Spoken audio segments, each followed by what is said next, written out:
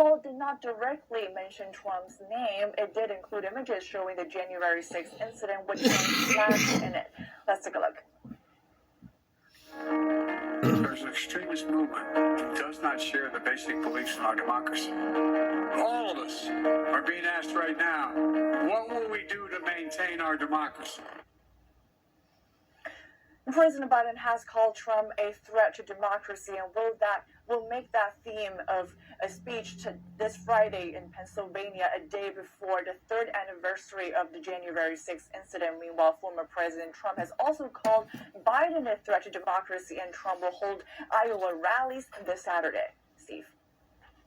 So, Iris, as we mentioned at the top, Trump's also facing a new challenge to remove him from the ballot, this time in the state of Illinois. Tell us more about this. You're right, Steve. So 5 people in Illinois working with a voting rights group today filed a formal objection trying to keep Trump off the ballot in Illinois right there. And they again cited the 14th Amendment, accusing Trump of participating in an insurrection. We all know that Trump's team has maintained that January 6th was not an insurrection and that there's no way that Trump participated in one ever. And similar challenges filed by voters themselves, meanwhile, have failed in both Michigan and Minnesota. So these are not working out in other states, at least for now. And when it comes to the Colorado Supreme Court ruling, which has been playing out for the past 2 weeks, we know that the order is now on hold and pending any action by the U.S. Supreme Court right here in D.C. So unless the High Court acts by tomorrow, Friday, which is when the Colorado primary ballots are to be certified, we do expect to see Trump's name on that ballot right there. Steve. NTD's White House correspondent Iris Tao reporting for us live from the White House. Thank you, Iris. Presidential candidate Chris Christie publishing a new campaign ad saying he has an admission to make. Here's what he says about former President Trump. I have an admission to make. 8 years ago, when I decided to endorse Donald Trump for president, I did it because he was winning. And I did it because I thought I could make him a better candidate and a better president. Well, I was wrong. Christie strongly endorsed Trump back in 2016. After dropping out of the race, the former governor defended Trump in various instances. He reportedly also tried to become Trump's running mate, or also was seeking the attorney general position. Now Christie telling voters he made a mistake and that they should not vote for Trump. He says the former president would, quote, sell the soul of this country.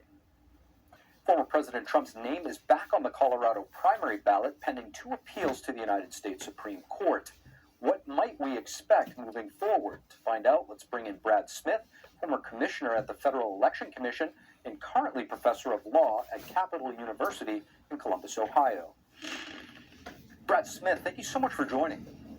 It's my pleasure. Do you think that the Colorado Supreme Court and Maine Secretary of State have violated the voting rights of residents in those states? The democratic values you allude to really ought to inform our discussion. And I think that the Maine Secretary of State, who's not even a lawyer and didn't really have any kind of hearing process, and the Colorado Supreme Court have both taken a path that is very detrimental to our politics, very damaging to long-term political discourse and comedy in the country. What remedies of law do the voters in Colorado and Maine have to fight against a political candidate, President Trump or anyone else, being barred from the ballot without due process? Well, the president has raised a number of issues in his appeal to the Supreme Court. They include some technical issues, and by technical I don't mean trivial, but not getting to that substance of did he engage in an insurrection, which is the grounds they're using for keeping him off the ballot. One of those, for example, is that that provision of the 14th Amendment simply does not cover the office of president. And that's actually the basis on which the Colorado trial court first held that Trump could be on the ballot. So those are, like I said, are not trivial. But the bottom line really comes down to how are you going to interpret this idea of engaging in an insurrection? And this was a post-Civil War amendment, and it was to keep old Confederates from coming back into office, being elected by southern states. So, for example, you could take someone like, say, Howell Cobb was a congressman from Georgia. He resigned from Congress, became a general and then served in Jefferson Davis's cabinet. There's no doubt, in one sense, I've given you a description that I think every single person in America would agree constitutes engaging in an insurrection. All right. The problem with the Trump situation is it's highly contested whether what happened on January 6th was an insurrection, whether Trump engaged in it in any way through comments he made. And one of the things that's worth noting is that in all the prosecutions of January 6th rioters or people who entered in the Capitol, they have never charged anybody with insurrection. And so I think what's going to happen is it's going to go to the Supreme Court, and I expect that the Supreme Court will rule that Trump can be on the ballot.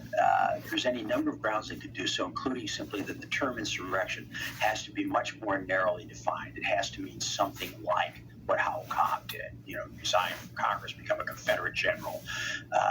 But they might use more technical grounds, such as suggesting that this is something that Congress has to pass legislation before courts can decide it. Congress has to say, what does an insurrection mean? What is the due process requirements to prove an insurrection? So this will go to the Supreme Court, and that's where the decision will be made. And I suspect that on one grounds or another, it will be favorable to President Trump. How do you see us getting past all of these partisan issues that are oftentimes fueled by one's partisan beliefs and subject to interpretation? On parts of the right, but we also see it on parts of the left, that we see it in these kind of like legal efforts to keep Trump off the ballot. And there's a lot of talk about breaking norms.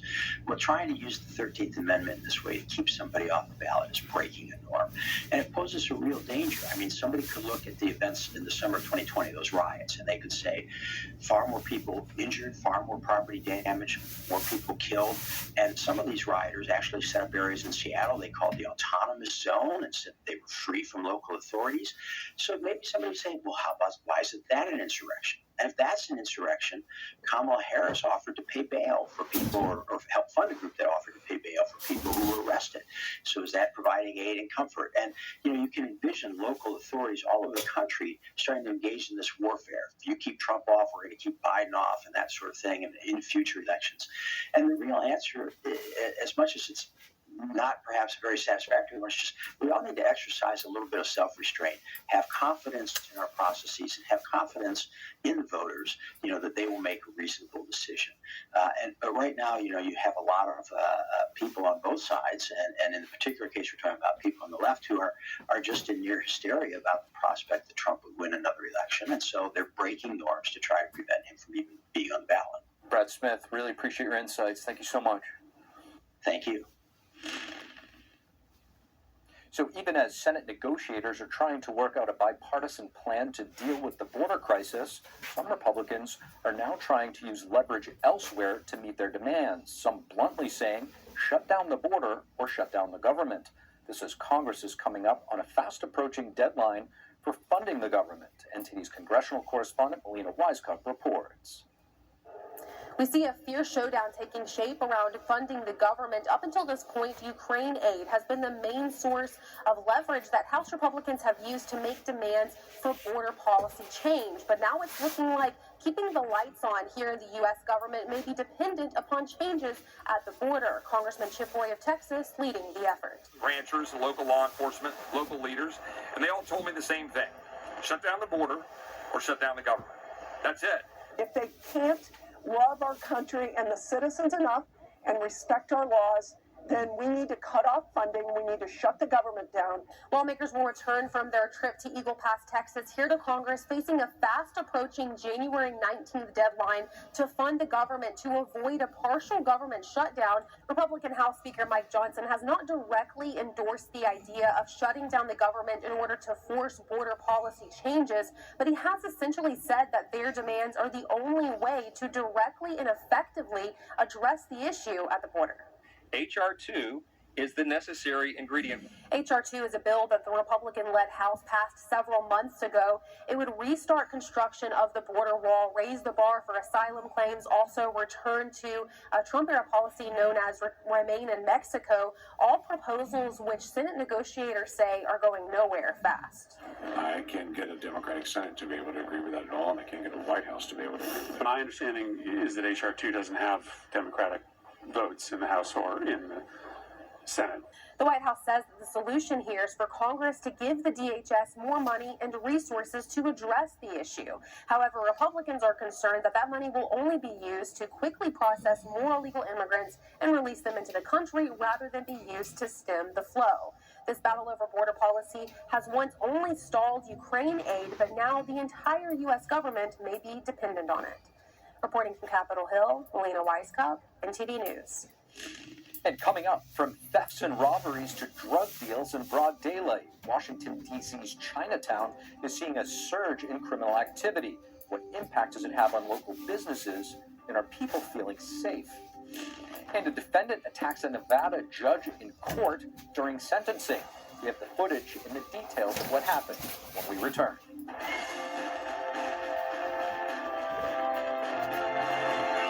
Elephants are under threat and need you to protect them.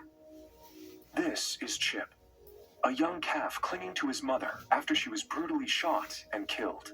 Without her, he would have little chance of surviving. This is Chip now. He was taken to an elephant orphanage in Africa that IFAW helps support, where young elephants are given urgent care and a safe place to recover. Your monthly gift today helps animals just like Chip that urgently need to be rescued. Because when it comes to saving elephants, it's you plus IFAW, the International Fund for Animal Welfare. Call or go online right now to join IFAW.org and give $19 a month, only 63 cents a day. You can save elephants and the places they call home. You plus IFAW together can fund rangers to stop poachers in their tracks, protect the land elephants need to roam and survive, and provide loving care for those who have been orphaned so they can one day be released back into the wild. But the only way we can do this life-saving work is with you plus IFAW. So call or go online with your gift right now. With the monthly support of people just like you, elephants are alive and thriving today. It takes years of hard work from dedicated teams so orphaned elephants can learn the skills they need to survive in the wild. So please, call now or go online with your monthly gift. You can help provide the urgent care elephants like Chip need, so this generation won't be the last. And when you use your credit card, you'll get this exclusive membership kit, including your very own IFAW t-shirt to show it's you plus IFAW standing together to help rescue and care for these majestic creatures. The danger for elephants is more urgent than ever before. That's why we need you. It's going to take all of us to help save elephants before they disappear forever. So please, call right away to make your monthly gift or go to joinifaw.org. Got a new house.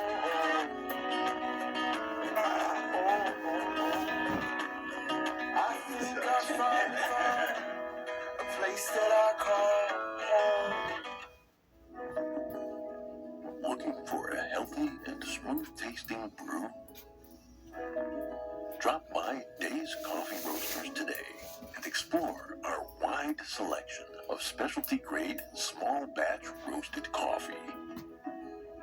Home to North America's first enzyme-fermented coffee, we source a wide selection of specialty-grade coffee beans from around the world, and our baristas are ready to craft your customized brew.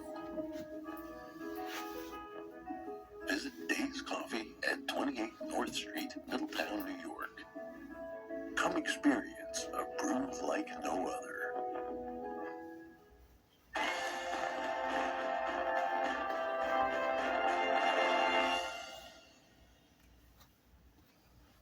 Welcome back to the Capitol Report. I'm Steve Lanz. So as the rise in violent crime continues to haunt the nation's capital, D.C.'s Chinatown has been seeing fewer and fewer pedestrians. Compounding another blow to the neighborhood, two professional sports teams may soon move out of the landmark Capital One Arena to neighboring Virginia. NTD Sam Wong has the details. This is Chinatown, a historic tourist destination located only about a mile away from Capitol Hill. For visitors, this area is becoming a go-to spot for sports games, museums, and some authentic, delicious Chinese cuisines. But to some residents, Chinatown is merely a reflection of the state of public safety in D.C., where rampant violent crime is becoming a regular phenomenon. From theft and robberies to dealing drugs in broad daylight, a once flourishing Chinatown is seeing a surge in criminal activity. According to D.C. police, in 2023, Violent crime in the area was up a staggering 36% compared to the previous year. For Chinatown stakeholders, safety is their top priority, especially once they began seeing more panhandling and homelessness in the neighborhood. And since the COVID-19 pandemic, small businesses in Chinatown have been dealt a major blow as the area now sees fewer people walking by. And it's not just small businesses that are hurting. Monumental Sports recently announced its plans to move to Northern Virginia, relocating two major sports teams out of the landmark Capital One Arena. Some are wondering whether that's partially due to safety concerns. So do people feel safe when they come to see a game? NTD spoke with some of them, and here's what they said. It's about safety. These players need it the most. Definitely, you can see it's getting a little bit more dangerous around here. I grew up in New York City, so this is a piece of cake. Every cop that works out here, they want to be out here serving their community. And if DC supports their law enforcement, you'll get quality out of it. To tackle the rise in violent crime, DC Mayor Muriel Bowser last October spearheaded legislation targeting retail theft and drug dealing. Reporting from Washington, D.C., Sam Wong, NTD News. A child was killed and 5 others injured in a shooting at an Iowa high school earlier this morning. The shooter is confirmed dead from an apparent self-inflicted gunshot wound. First reports about an active shooter at Perry High School came at around 7:40 a.m. local time. That was before school started, and it was the first day of school following winter break. The school is located about 25 miles northwest of Des Moines. Police identified the shooter as 17-year-old Dylan Butler, a student at the school. The victim killed was a 6th grade middle school student.